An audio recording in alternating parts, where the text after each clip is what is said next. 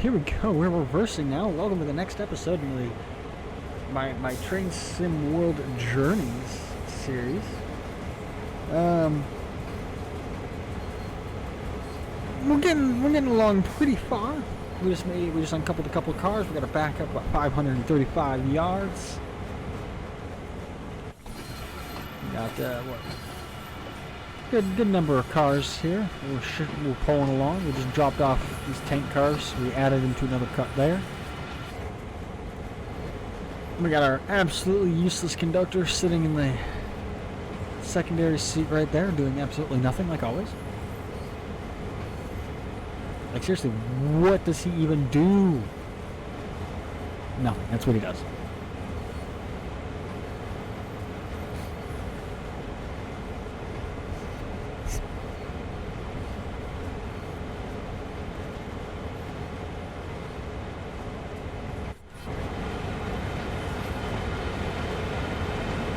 I actually prefer the YM2 paint job, the blue and the gray. But the rail driver, for whatever reason, and I said this before, these two locomotives are the same locomotive. The only difference is the color of the paint. The rail driver only works on this locomotive. It doesn't work on this one. But they're the exact same locomotive.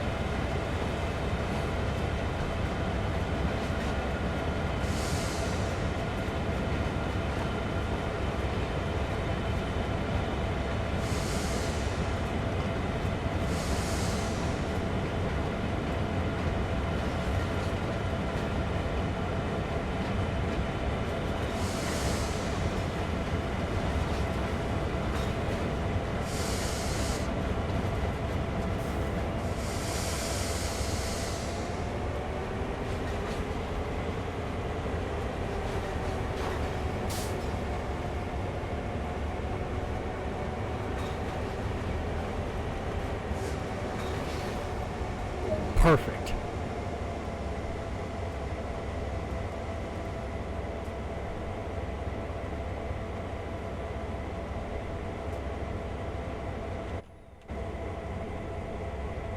Just want to take a quick link.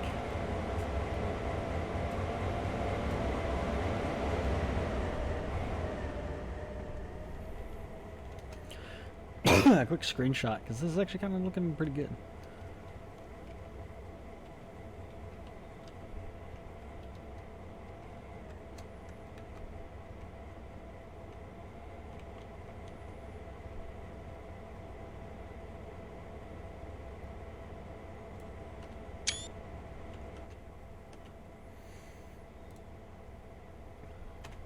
Now, where are we going next? So we didn't need to go all that way back. In fact, we dropped cars off here. We only need to go back as far as this switch so we could throw this one, but we had to back up all the way down here. We had to go way further than we realistically needed to go. That's just something that really bugs me.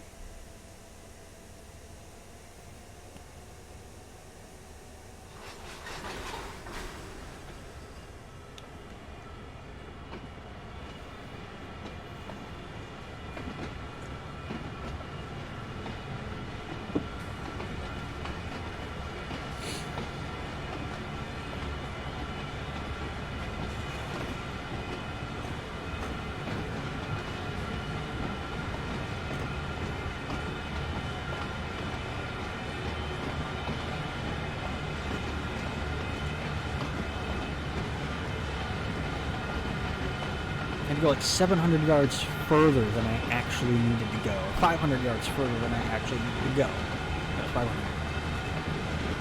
I could have easily done this move much quicker if I didn't pull so far back. In fact, I think I'm going to make a fairly angry post on the... Not that angry. I'm going to make a post asking if there's a way I can skip those steps, some of these steps.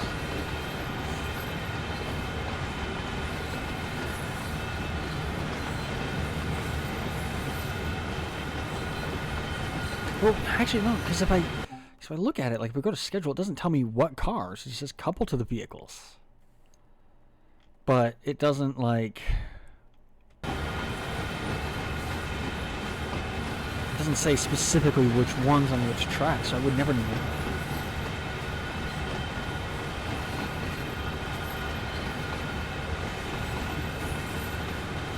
About 12 miles an hour. Switches should all be line.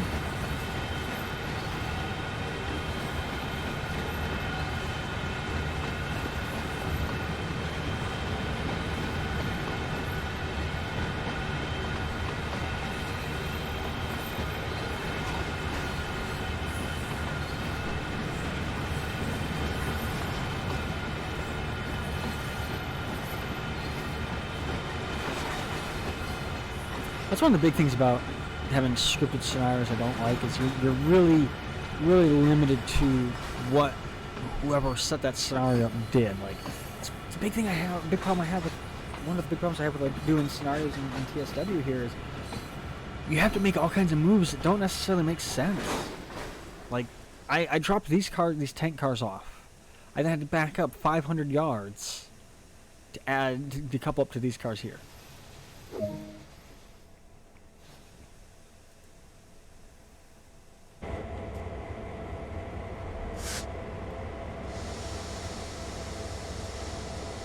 Like, it was way more moves than necessary, is all I'm saying.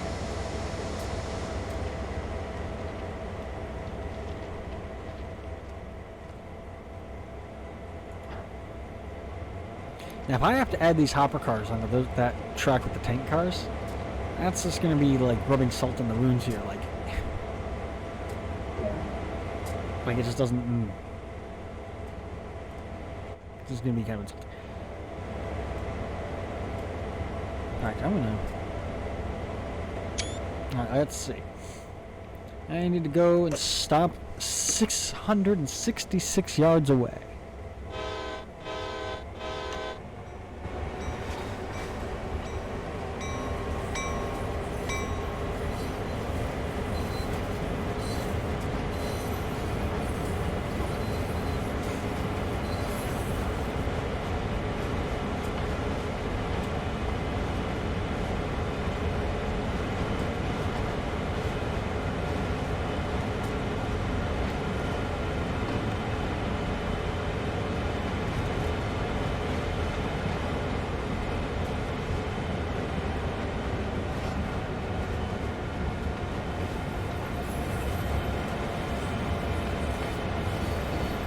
Although, looking at how much I have left to do, I don't have much left to do. Should be able to finish up this task in this episode. And then I will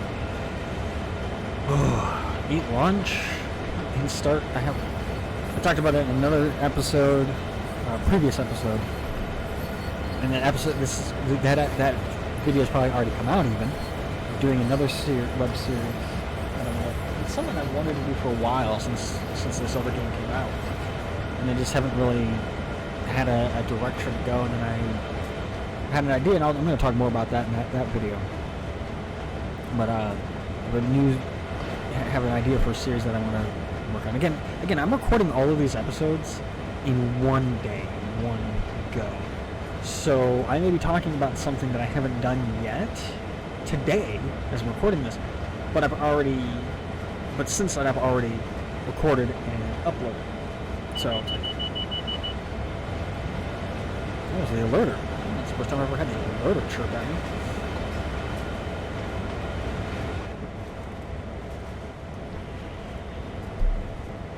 And I bought my mic stand.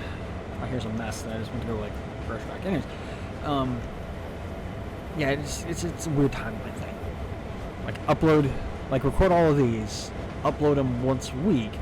But after doing this, record another video and then have it come out, but then talk about it like as if it hasn't happened yet, because it hasn't, at least in the frame of reference of me actually recording this.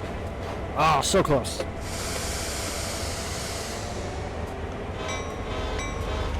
I think in a previous episode I talked about how the horn is sitting right on top of the cab, and locomotives should be much louder. And I keep saying these two locomotives are identical. There are some slight differences. The horn on this one's up here, the horn here is here, and this one's got AC units, but for the most part, they're identical, so I don't know why the rail driver doesn't work. Now, where we gotta go now? Oh, we gotta go all the way down here. Oh, interesting. Don't know if I wanted that one that way. That's right. We're stopping right there. We probably have to run around these cars and shove them into the shop tracks.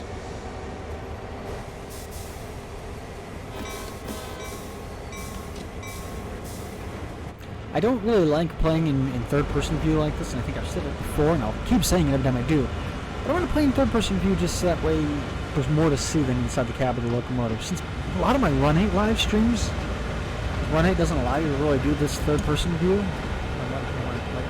Standing in. Because Run 8 doesn't allow you to do this third-person view like this. Like, alright, well, I'll do it for now. I'm just so used to being in the cab. Because it's jumping the cab. Like, all of these gauges, like, you notice I don't play with the HUD. Because I can read all of these gauges. I know what they all mean. While we're rolling, we'll go over them. Why can't I zoom in? Okay, so this one is your main reservoir and your equalizer. The red arrow is how much air is inside the air tanks right here on the side of them. Oh, look, another train. Weird lash up for a little drag, but okay.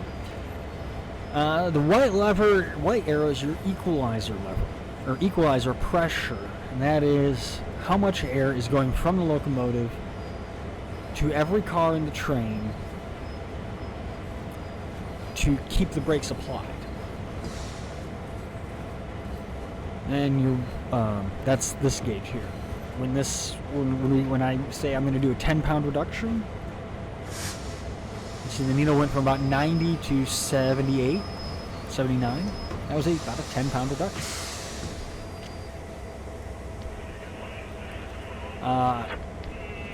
This one right here is the brake pipe. That's how much pressure it's. This brake pipe is going to equal this, but it shouldn't move. It shouldn't. Oh, it does. Yeah. This is again how much air pressure is inside the pipe going from the locomotive to every single car, and this red lever is your brake cylinder, and that is only the brakes on the locomotive.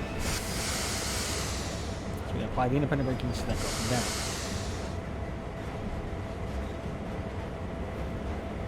Ideally, you might, on some locomotives, you might have a third gauge right here, which is your flow gauge, and it's just how many cubic feet per minute of air is going from the locomotive to your train. And I think I did a whole video showing about this in Run 8. I don't know how many people have watched that, though. And then this gauge right here is your power meter. And this is how much power is being applied to the traction motors of the locomotive. So if we have it at throttle idle, you can see the needle goes there. The more power you apply to the traction motors, the higher this goes. And this will actually fluctuate too. If you, say, put it in notch 2 and the train's rolling down a hill, the power might actually go down because the train it's not drawing as much amperage because it's basically an amp gauge. You go into the red, you're ready to burn something up. This reverse side here, this yellow, isn't when you're going in reverse. This is your dynamic brakes. So when you actually put the train into dynamic, we can actually see that here. We never really use dynamic this slow, but you can see amps go up.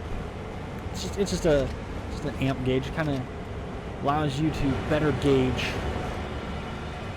what your train is doing by looking at that.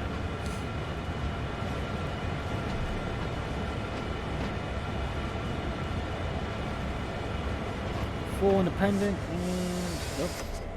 A little too much with the brakes there. We only got 2 cars here on this cut, so.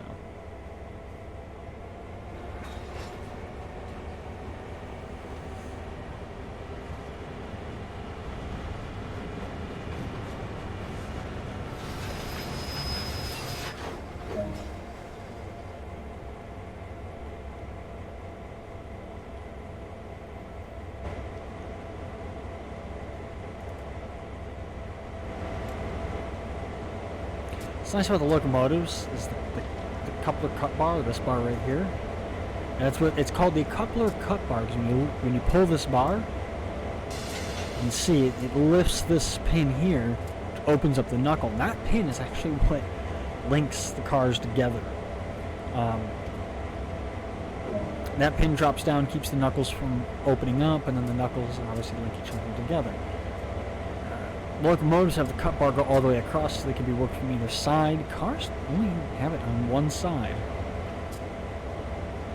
depending on the car. I think passenger cars have the cut bars on both sides.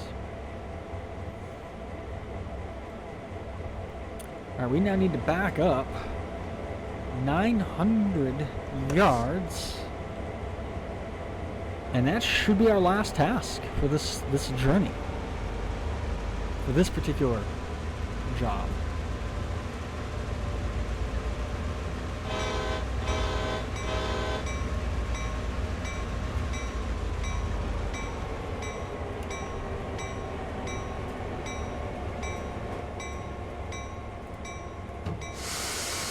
For whatever reason, my train brake has not been releasing every single time.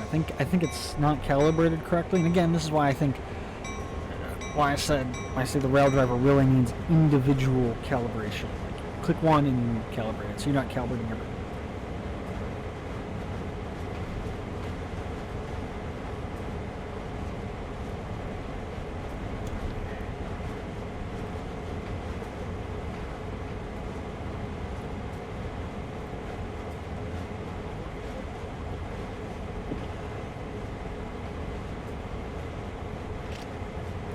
Switches are all aligned. They should be. They are.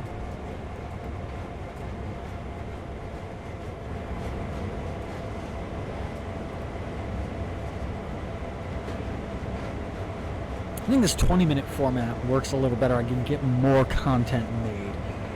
I'm just worried though, because I just recorded all of these and Streamlabs has been kind of wonky with my meters. I talked about this earlier.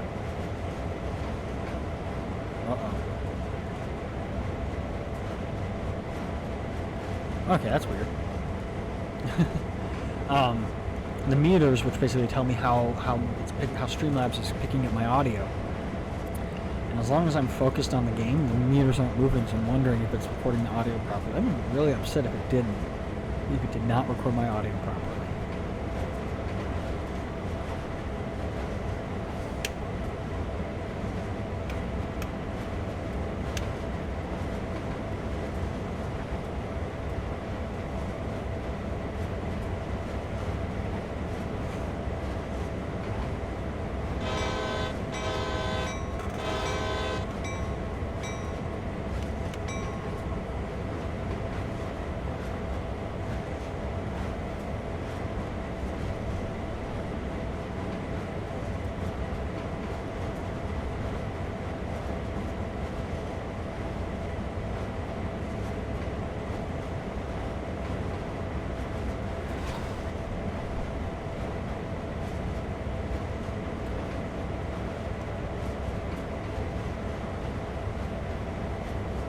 And I'm sitting there thinking about like doing all this recording. I'm like, man, I'm going to be doing another video after this, and I'm going to be doing a live stream.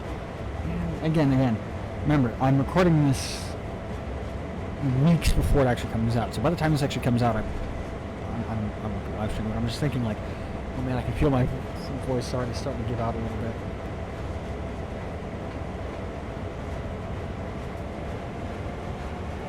But hey, at least I've got, a good chunk of episodes done. Again, I said this back in episode 8, but I'm going in to have surgery done as of the 23rd? Yes, 23rd of January. And I'm recording this on the 22nd. And this isn't coming out until February. So I may be unable to really record or do anything for a little while. Maybe taking a break from content creation altogether. That means live streams and stuff. So if you don't see anything new, it's not that I'm abandoning this series. It's just that I'm medically indisposed for probably about a month. I'm having some jaw surgery done, and I'm not sure exactly how well I'll be able to talk until like they're all done with everything. Anyways, let's look at our stats. We only went over speed 1, 2, 3, 4, 5, 6, 7. I'm not going to count that one. 7 times. But for the most part, our speed was pretty consistently around about 12 miles an hour. 12, 13 miles an hour. It turns out an hour and a half to do that, excuse me. We drove a total of 9.5 miles. We walked a full 1 mile. My action points, I still don't like this. That's why I have it disabled. But we earned 11,830 action points. I'm actually going to have to check the leaderboards and see what that looks like. And we got a gold medal. Yay! All right, I will catch you guys in the next one. Thanks for watching. I will be recording more of these eventually. And it's kind of fun to at least, mumble and ramble and blah, blah, blah, blah, blah, whatever I'm doing while I'm doing this. But, yeah, catch you guys later. Until next episode.